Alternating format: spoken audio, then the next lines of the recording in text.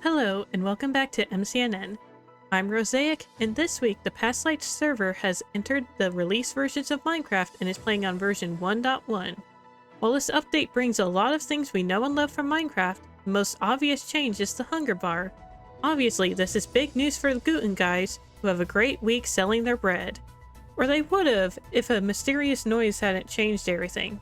Our session getting this record No, for you. Scott stole my record. I got the record, boys. I got the record. I'm sorry about them, but it's just deserves. What came was that? What up is the here? noise happening? That's Yeah, not. I heard stuff, but nothing came up, right? If it's snails, That's right. While this week doesn't have its own boogeyman, it does have a new way to hide a killer among the players. This session sees a secret society starring Grian, Gem, and Etho, tasked with killing at least 2 people without fighting them or getting caught. If this sounds like a bit of an unfair team, don't worry. Grian explained in his episode that he made sure he was part of the society just because he knew it would be coming and otherwise would mess up their plans, but the other 2 highly qualified killers were picked at random. Speaking of random, the only clue Grian gives members of the society to find each other is to say the word duck. Gem goes around trying to find ways to talk about ducks, like people do, and ends up finding Etho by insulting his duck pond. So, Jana, lots of geese, lots of ducks. Yep. After Gem and Etho find Grian goosing other players, the 3 of them have to find somewhere quiet to conspire. But they're not the only ones conspiring this week. Let's go to Harmony with more on the great Skizzle plan. This week, Skizz decides he's had enough of being a doormat, and it's time to draw some lines in the sand that now surrounds his base. The server is divided between the good guys and the bad guys, according to Skizz. He summons the rejects to a tower above the water, where he defines the good guys as the rejects, the lost generation, and the gluten guys. The bad guys are the cabin boys and the villies. With his team on board, Skizz sets off to inform the server of his new divide. He tells the gluten guys via a sign reading, "Welcome to the good guys," before finding them in the nether. While there, we learn about the Scumpus before Skizz tells the gluten guys in person about their new team. Skizz also takes this chance to tell the lost generation they're in the team as well before they all scatter once again. Later, Skizz leaves a sign in the Villies' lighthouse reading, "Welcome to the bad guys," which begs more questions than answers. If Skizz is welcoming them into the bad guys, is Skizz also a bad guy? Who is he to welcome someone to either team? Unfortunately for Skizz, his signs do not seem to convey his intentions, as none of the new bad guys seem to realize their new alliances. Thanks, Harmony. Back with the society, Etho tries to put together a fun little nether expedition, but has to shoo off all of their friends who want to crash the party. He does a good enough job at it, but then Grian invites Joel for some reason, leading to an awkward road trip. Hello, guys. I am here to collect some of this. Why? Oh, I was expecting someone else through the portal. I'm going to get some blaze rods. Are you coming, Joel, or not? Are you going to the fortress? Eventually, the group is able to get some quiet time and comes up with the plan to get their kills in. But while they were doing that, in another part of the server, several other players were taking on a task that would do their job for them. This week, we learned that the Stronghold and End are now in play, but with a slightly unusual twist that we will come right back to. We begin this quest to kill a dragon with the guy on the server, most likely to suggest killing a dragon, Rendog. One reaches out to the rejects, the Lost Generation, and his own gluten guys, and they all decide to go kill a dragon. This goes great until they realize just how different the dragon fight was back in the day. Swinging by the nether, the king gathers the usual nether supplies, but returning to the overworld to kill some endermen, they learn they are very different in this version and don't seem to always aggro on you when you stare into their souls.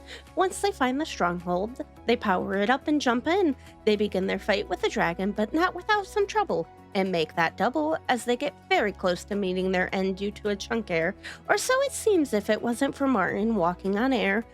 They learn very fast that this dragon fight is absolutely not the same as the one we know now. The mechanical differences get quite a few people killed, mostly Martin, who dies twice during the fight. The other casualty is Skizzleman, who dies trying to pillar up one of the more chaotic and crystal pillars, and here we return to find our twist of the dragon. As she dies, a portal spawns and diamonds fall upon it instead of your normal reward of XP, a total of 100 from what we learn. Not everyone states they grabbed some diamonds, but we know Gem got 25, Impulse got 10, Etho managed to get 9, and Scar got 12, accounting for a little over a half. That's all for now. Take it back, Rosaic. Thanks, Loki. When everyone returned from the dragon fight, Etho got to work setting up his own fun little game. Digging into his ancient records, Etho resurrected his old King of the Ladder trap. This trap is set up like a game. Players race up the side of a stack of sand using ladders, trying to take control of the top of the pillar. But once everyone is far enough up, the trapper pulls out the pillar from under them. With Grian hiding under the sand tower and half the server playing the game, the trap works exactly the way it was supposed to. It started. It started. Wait, We're what? going. Okay, we're going. All right, let's do this. What? You guys are pushing already.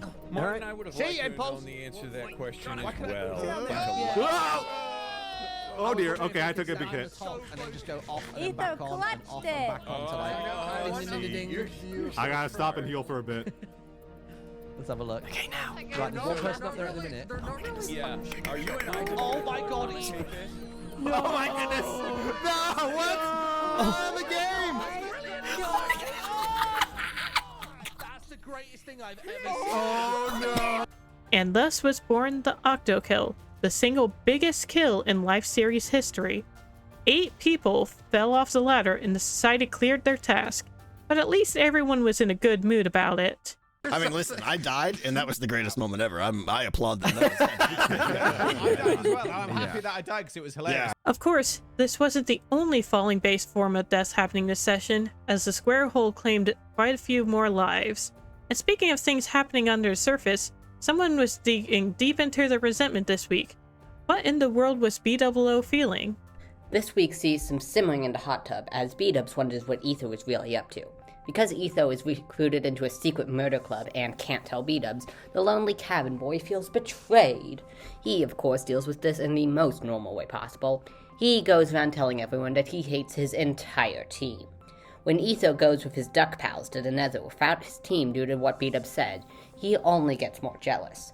B-Dubs has some interesting ways to deal with being jealous. Since Etho is with another team, B-Dubs also goes with another team to prank others. Although lava casting the glutamid with Jimmy doesn't have the same flair as the octo-kill Etho pulled off with the Villies. Etho also attempts to undo the prank by returning the lava, but that doesn't go over well, what with Tango's face being in the way and all. Offering to help Jimmy prank someone of his choosing, B-Dubs and him take a couple bites out of the square hole, causing it to become the sinkhole, without even having the courtesy to die in it. The whole revenge thing doesn't seem to be working out the way B-Dubs had planned. At the end of the session, B-Dubs confronts Etho on why he spent all the session with the Villies instead of the cabin boys. Unsatisfactory answers lead to Scott saying the next session needs to be about trust building.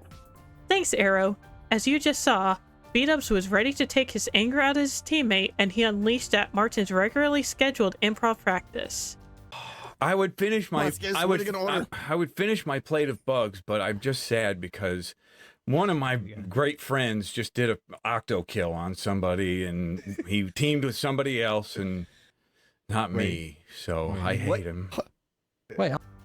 Fortunately for the society, B-Dubs hasn't figured out that it was specifically the 3 of them who set up the trap, and just thinks that Etho was working with the villains.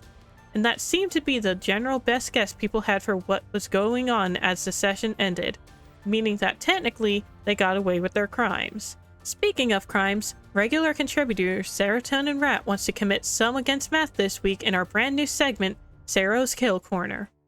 In the 3rd session of Past Life, we witness a rather significant uptick in the kill count in comparison to prior episodes. But one may wonder just how significant an increase has there been, and can we use the information given to predict the kill counts of future episodes? I'm Serotonin, and welcome to the Kill Corner. Before we get into the statistics, we need to define what a kill is and what a kill isn't. For the purposes of this segment, a kill will be defined as any death that had direct player interference as the cause. This is why the Villies dying to their own trap counts, Grian's accidental kill on Tango counts, the bed explosion in the end counts, and B-Dubs dying to Scar's dog counts. If there's an argument to be made for player involvement, it's a kill. So, by counting up every kill, we have 2 in Session 1, 6 in Session 2, and 14 in Session 3. As any high school student could tell you, we can add up the data and divide it by the amount of data we have. This would lead to 22 divided by 3, for an average kills per session of 7.3, which we can round down to 7. But what about the average increase in kills? Well, we can do the same. There were 4 additional kills from Session 1 to 2, and 7 additional kills going from 2 to 3. 4 plus 7 is 11, and divided by 2 is 5.5, which rounds to 6. Therefore, we can expect that Session 4 will see an approximate kill count of 20. This has been your reminder to never trust a statistic you didn't manipulate yourself. I'm Serotonin, and this has been the Kill Corner. Before we leave you, we wanted to comment on one more crime that happened this weekend.